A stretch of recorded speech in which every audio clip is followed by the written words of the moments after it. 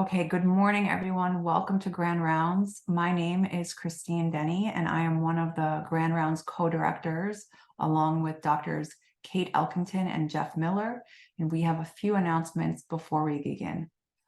Firstly, there'll be no Grand Rounds next week. Instead, please attend the National Physician Suicide Awareness Day on September 20th. This special day will be presented by Weill Cornell Medicine and Columbia University Vagelos College of Physicians and Surgeons, the Departments of Emergency Medicine, Cope Columbia, and NYP House Staff Mental Health Service. Dr. Christopher Doty will speak, and the title of his talk is Physician Suicide, an Epidemic Hiding in Plain Sight. Please note that you must register for this event. Please reference the events and announcements email from the communications office for more information. Secondly, please join us next week, Thursday, September 21st at 4 p.m. for a fall welcome reception in the multipurpose room. This will be hosted by Dr. Jeremy Vienser Vanderweel and the leadership transition team. The reception is open to all employees and volunteers, and a notice will be sent this week with details.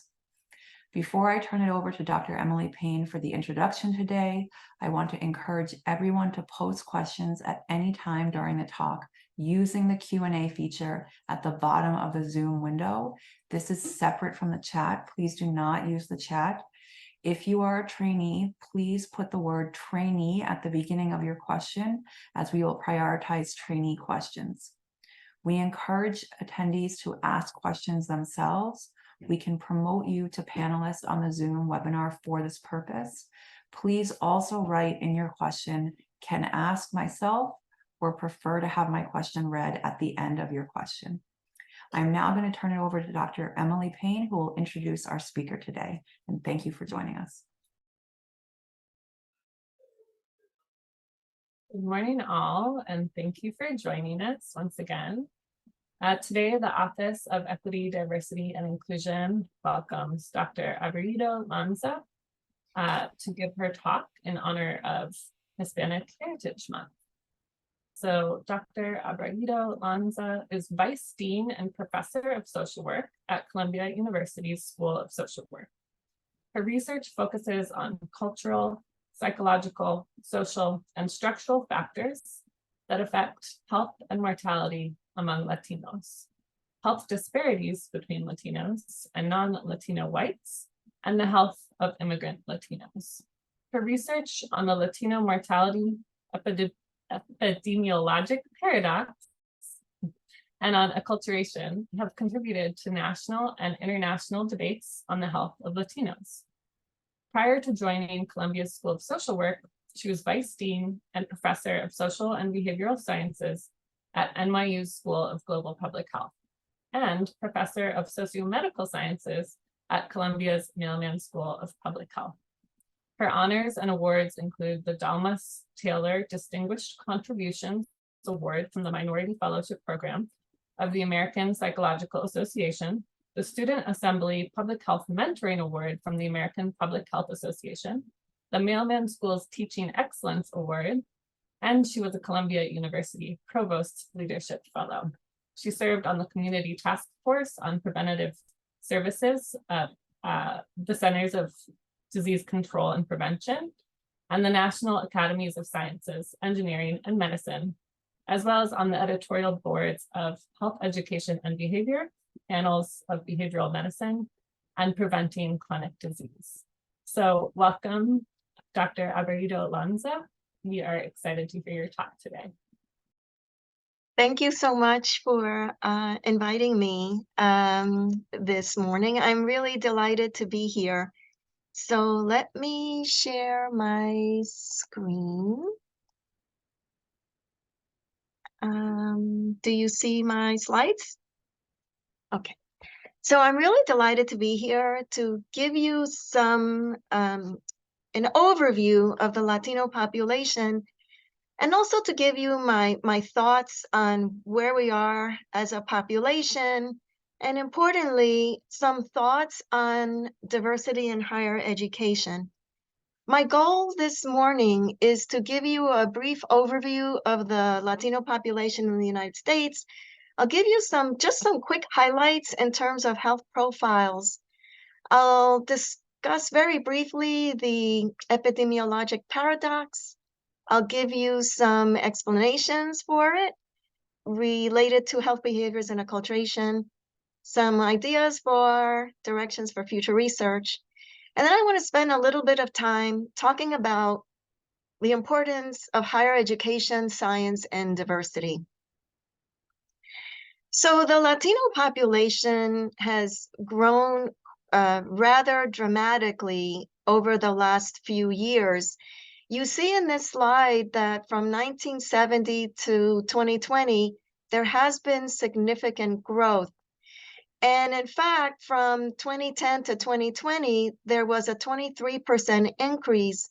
And this increase was actually higher than the nation's growth rate, which was 7%.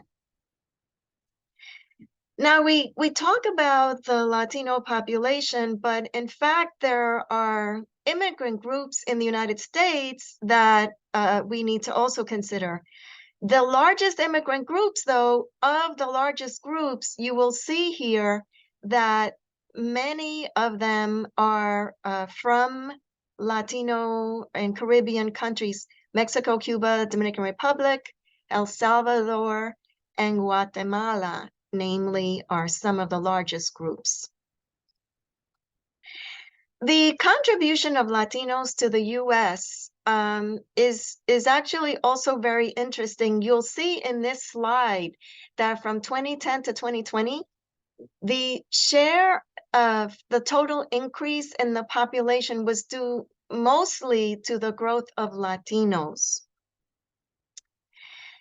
Now, this slide is also important to take a quick look at because for the first time in a very long time, the birth of Latino babies was roughly similar from the 2000s and to about 2010, but there was a shift in growth due to births, and for the first time, births represented a reversal of historical trends, which had been mostly due to immigration. So you see in this slide, there was the reversal, mostly due to births and not due to immigration. The other thing that's really important to bear in mind is that we talk about Latinos, but in fact, the population is made up of different nationalities. The largest group is Mexican Americans, followed by actually Puerto Ricans, Cubans, and then you have these other categories where a lot of groups get put into these categories. But in fact, Salvadorans and Dominicans make up the fourth and fifth largest Latino groups in the United States. And these are groups that you don't really see too much research written on these groups. The other important thing to bear in mind are demographic characteristics and differences between the various Latino groups. So you see in this slide, for example, that there are differences in terms of poverty such that Dominicans have a higher share of families living below the poverty level. Education, the percent of persons who have high school or less education also varies, such that there are higher levels among Mexicans and Central Americans. And it's also important to bear in mind that there are differences in terms of nativity status, meaning the percent born outside of the United States. So you see in this slide that about 2/3 of all Salvadorans were born outside of the United States, namely El Salvador, and these rates also vary. So for example, only about 1/3 of Mexicans were born outside of the US.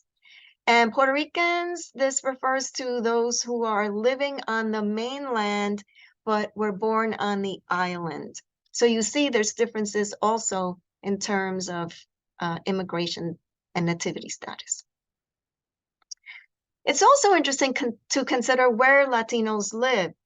The distribution of Latinos in the United States is not completely random. You see in this slide that there are proportionally more Latinos living in the southwest regions of the United States, in Florida, and in the Northeast. And this also varies by groups. So this slide shows you, for example, that Dominicans tend to live in the Northeast regions and the Florida region of the US. But even within the regions, you see that there are differences in terms of counties. So example, Bronx and New York have higher numbers of Dominicans than do other areas. Now, the reasons for this have to do with political factors, immigration, reasons for immigrating, patterns of immigration, history, economic, and social factors. And you may or may not recall that the reason why there are so many Mexicans living in the southwest regions of the United States, it's not because they crossed the border, it's because the border crossed them. During the conclusion of the Mexican-American War, Mexico ceded large areas of their land. They ceded Texas, California, New Mexico. So the present day Texas, New Mexico, Arizona, California, Nevada, Utah, most of Colorado, and part of Wyoming was actually part of Mexico. Mexico actually lost about 1/3 of its territory. The other interesting question to consider, both from a research point of view and a practice point of view, is who is Hispanic or Latino? And what about race? How does race factor into identities and health? It is interesting to know that the Pew Research Center conducted a survey a few years ago, and they found that about 1/4 of respondents identified themselves as Afro-Latino. And then when Afro-Latinos were asked directly about their race, about 18% identified their race as as Black, but a greater proportion identified as white or white with another race or simply as Latino.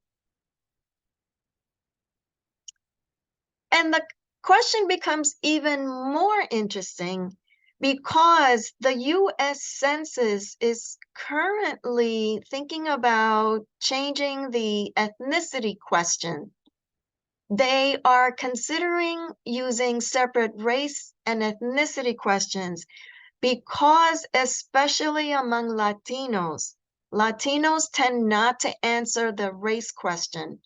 So what is currently being considered is, as you can see on this screen, separate categories for whites, where if a person self-identifies as white, they will have an option of naming which nationality or background.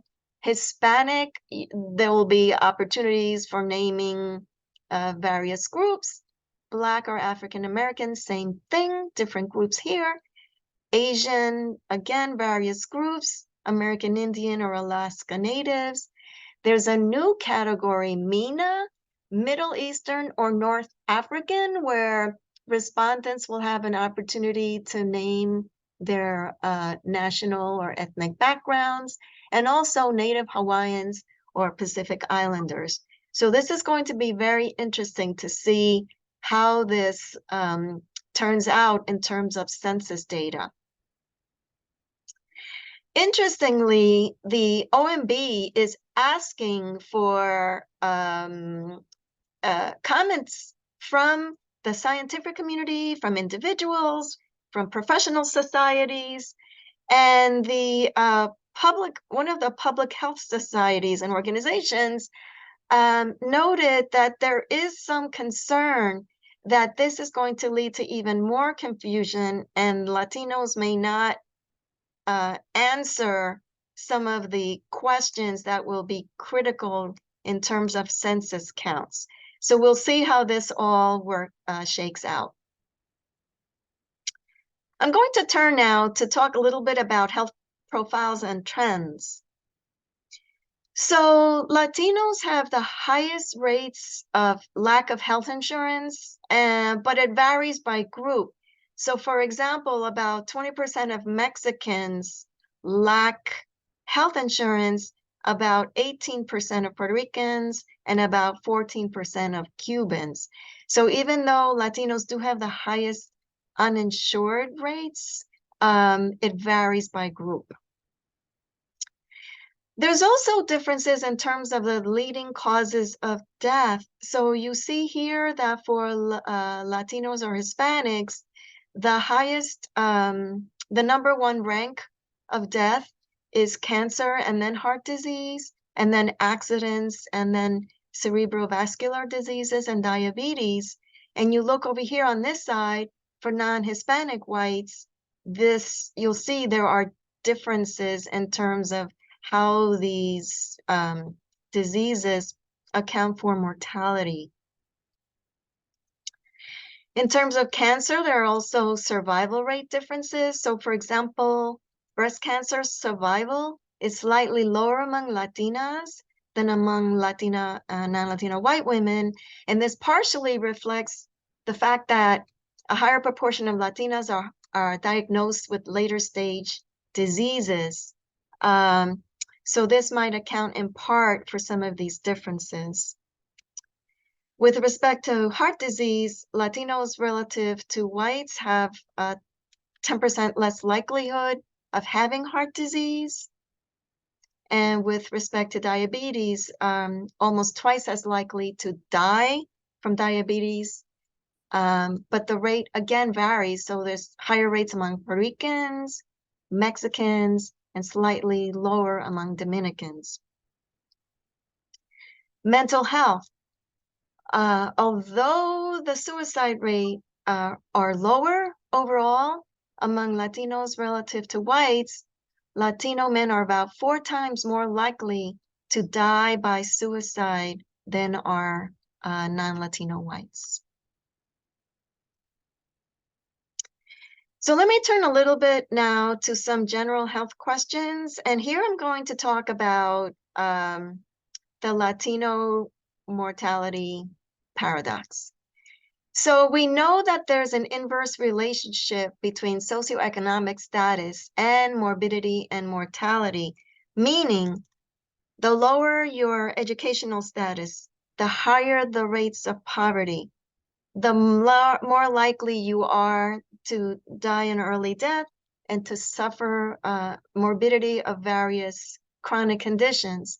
And as I showed you earlier, Latinos relative to whites have a worse socioeconomic status profile, but yet Latinos have a lower all-cause mortality rate than do non-Latino whites. Now, why is this? The hypotheses for this paradox fall into a few categories. One class of arguments is that it's real.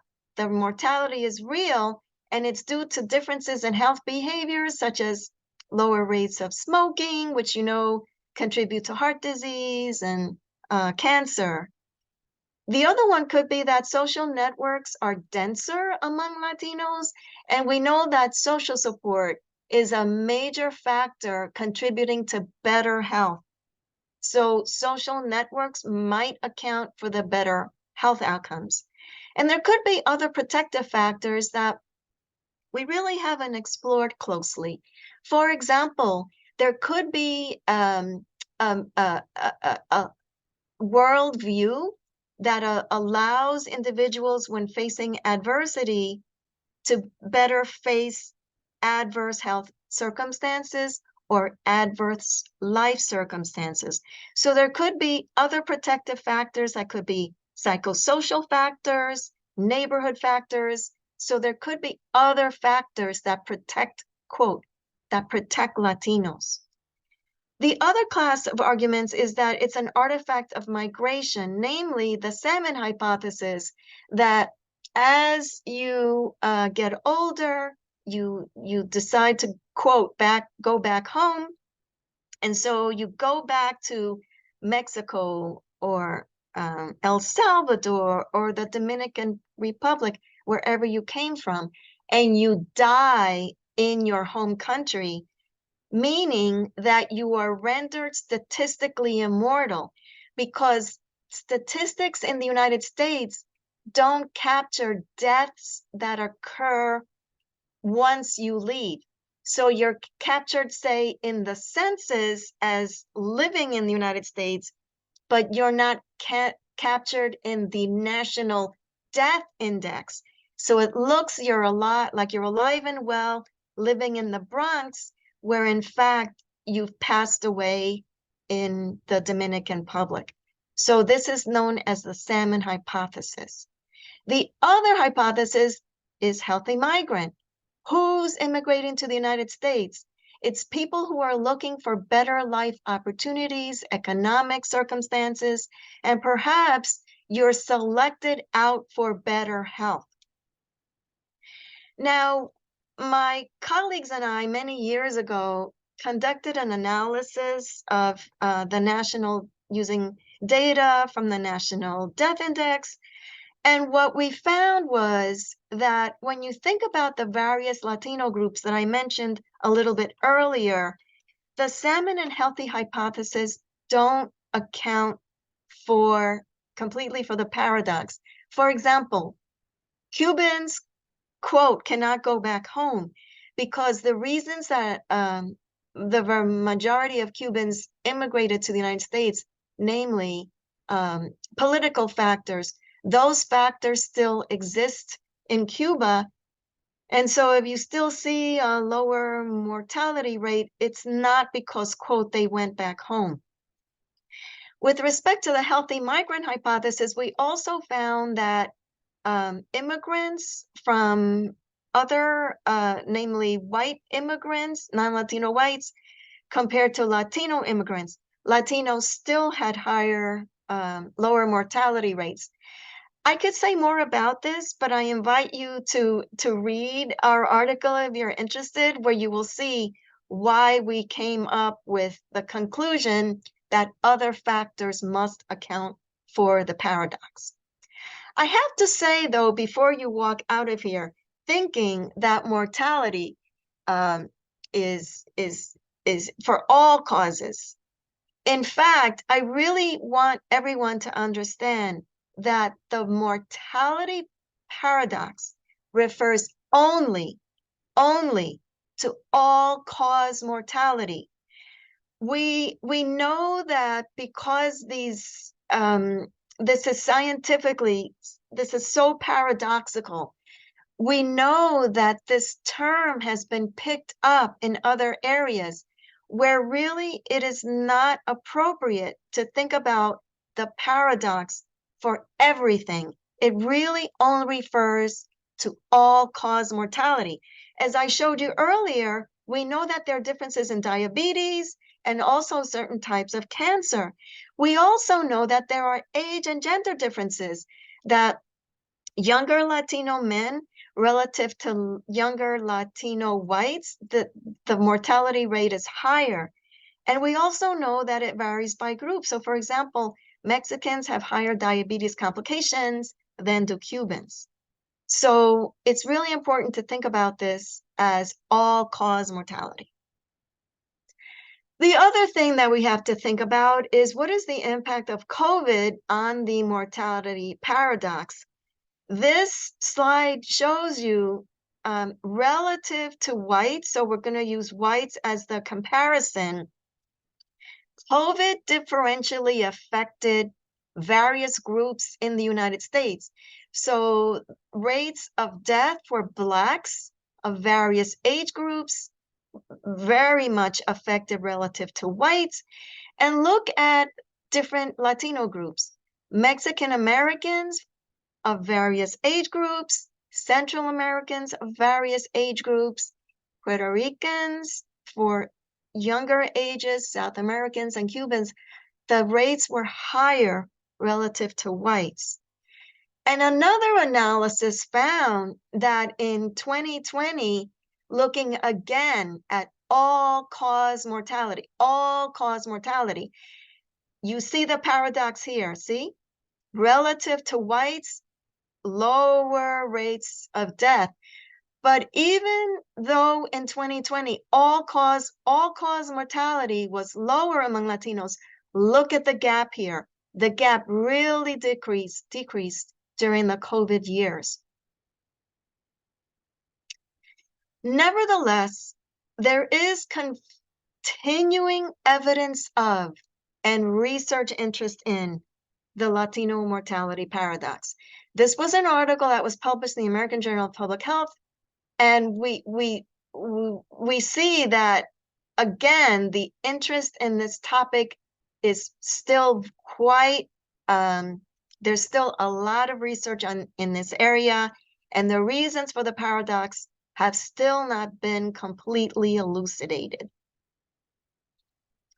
I'm going to quickly turn to other hypotheses for the paradox, namely that health behaviors and acculturation account for the paradox.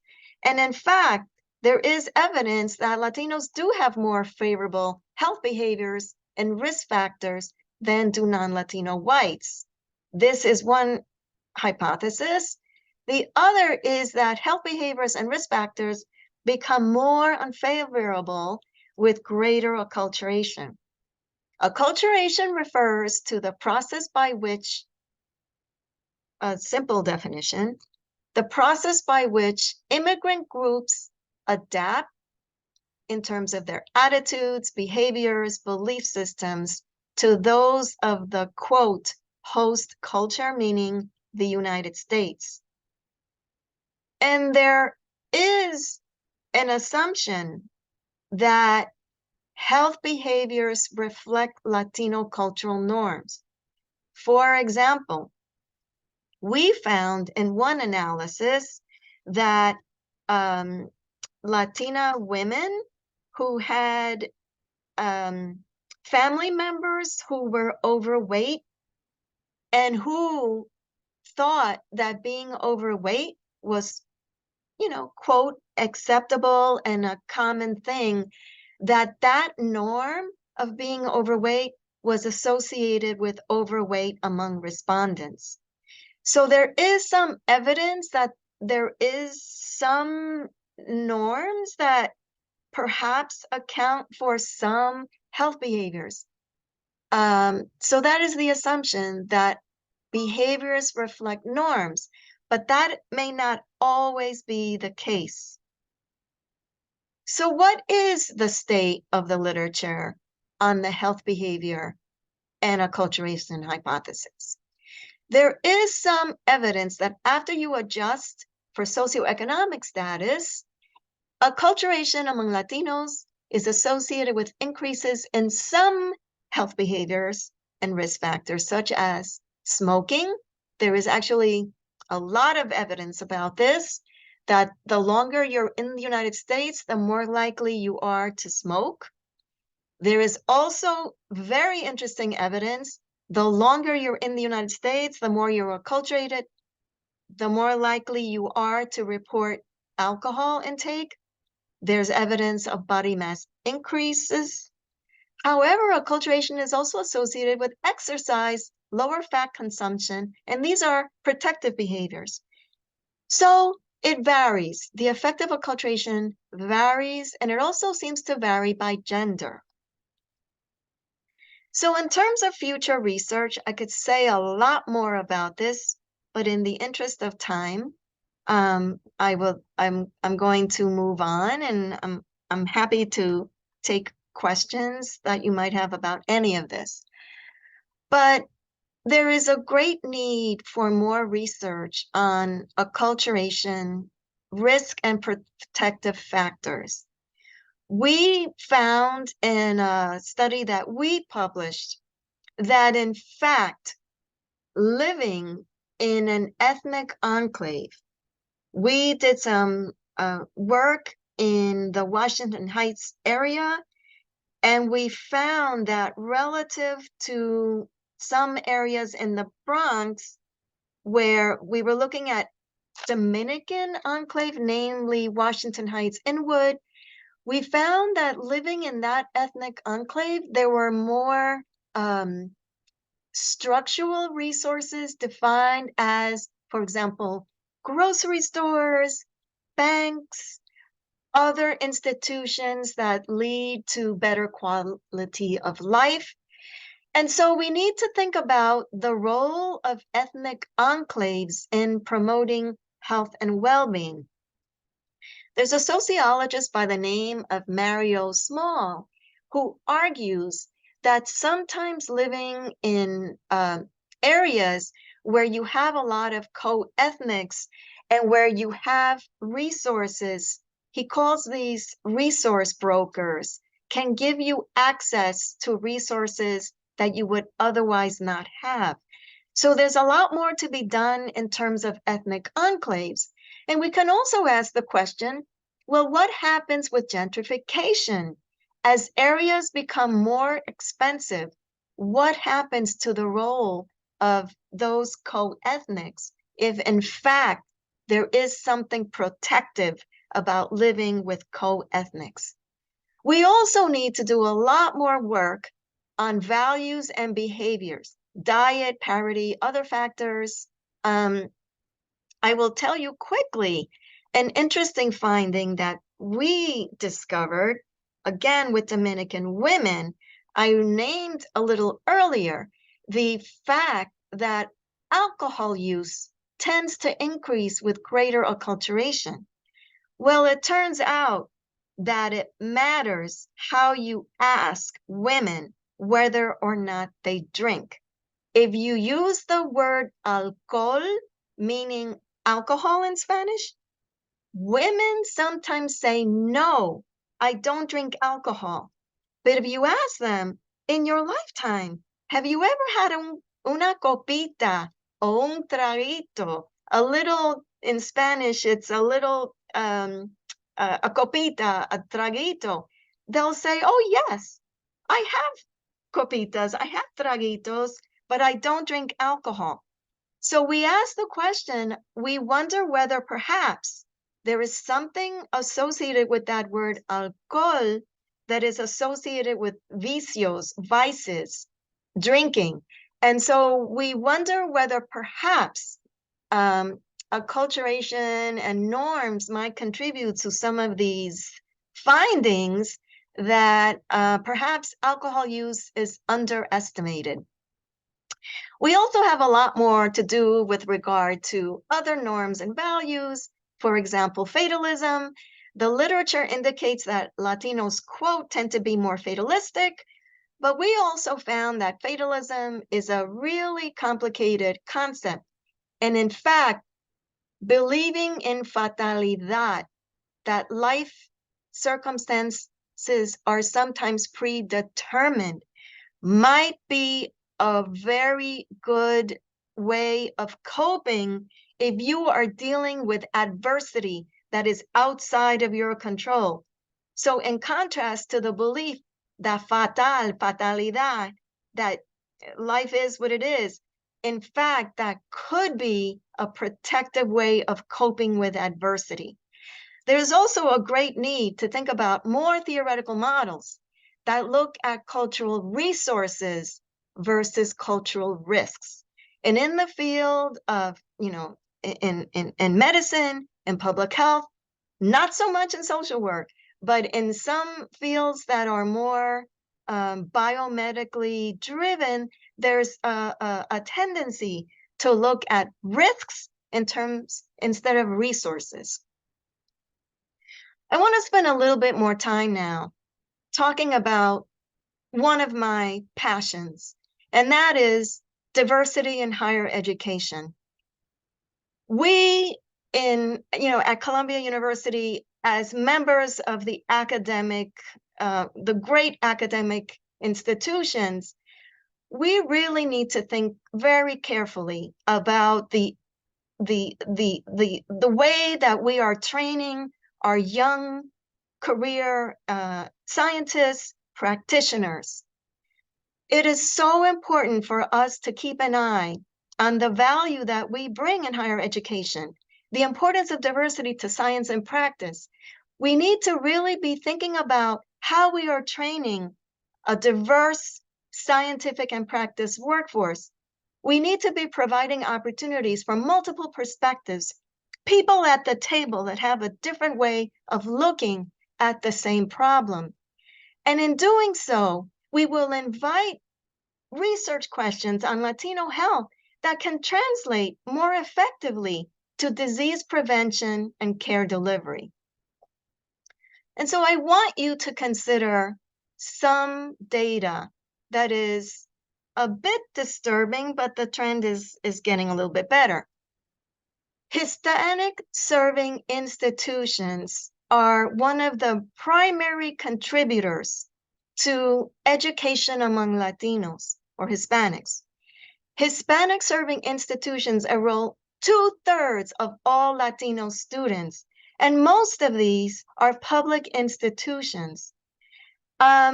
And for the first time in decades, due in part to the pandemic, the enrollment in these institutions declined, as you see here. What is that going to do to the academic workforce moving forward? It is really important for us to take a good look at faculty diversity. These are data that are publicly accessible, published by the National Center for Education Statistics. I know this slide is really busy. I'm going to direct you to what you need to look at. Latinos and Latinas make up 6% of all academics. White males and females make up 74%. This is across rank. So I invite you just to take a quick look. All you need to do is keep your eyes right here to this sort of light purplish. These are male and females. Look what happens at the various ranks. Professors, as you go down, the number of Latinas and Latinos very underrepresented in terms of full-time faculty. And we also did an analysis that in the field of public health, Latinas represented only about 6% of all instructional faculty and only about 6% of all tenured faculty. And this included the University of Puerto Rico Graduate School of Public Health. So the data actually look worse when you eliminate that program from the analysis. And we know that there are challenges for careers in academia. We know that institutions, that there's discrimination, that there's bias, that the diversity climate contributes to whether or not people feel like they belong in academia.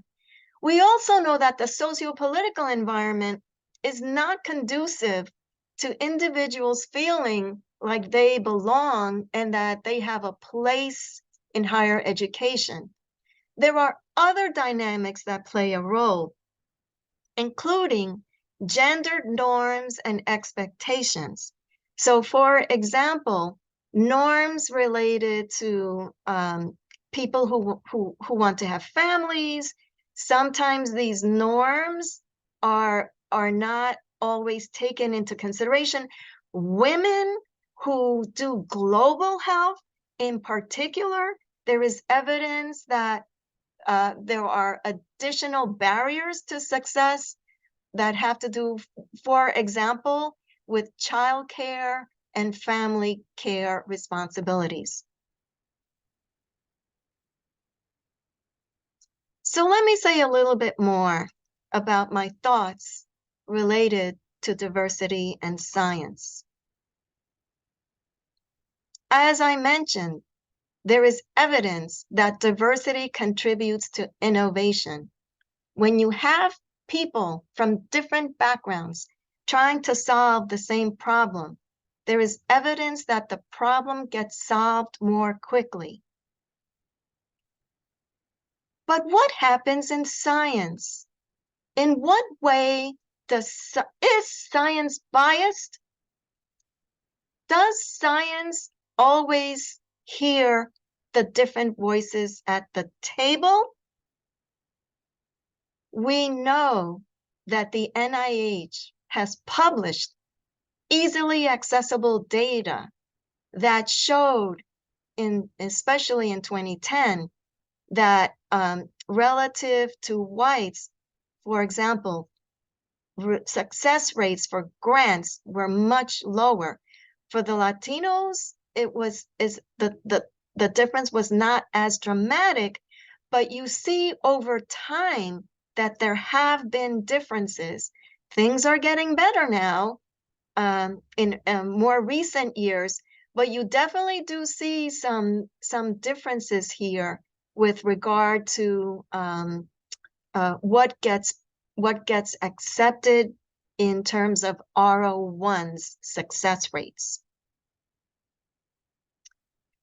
I want to also call your attention to an article that was published not too long ago that really opened more, provided more data on what happens to diverse doctoral recipients after they get their PhDs. They did an analysis of all US PhD recipients across 3 decades, 30 years. And they found that relative to majority groups, those who were from underrepresented backgrounds innovated at higher rates. The way they measured innovation was using some really interesting analysis looking at words that were used in the dissertations. And what they found was quite eye-opening. They found that there was a correlation of gender and race-specific novelty with becoming a research faculty member. They found that the novelty introduced by gender, people who identified as women, and race underrepresented groups had discounted returns for their careers. So what they found was that as novelty increased, the probability of becoming a faculty member actually had diminished returns for gender and race underrepresented groups. In other words, the novel contributions of underrepresented groups are discounted and are less likely to earn them academic positions. The discounting of innovations, they argued, might partly explain why there is an underrepresentation of influential positions of academia. I don't have to tell those of you who may have applied for NIH funding that novelty and that this is one of the criteria that review groups sometimes look at in terms of how is this contributing to a body of work. Well, just imagine if it is the case that underrepresented groups and women are providing a different way of looking at the same problem, if there is a tendency to discount these innovative ways of looking at problems, what does that say about the science and academia?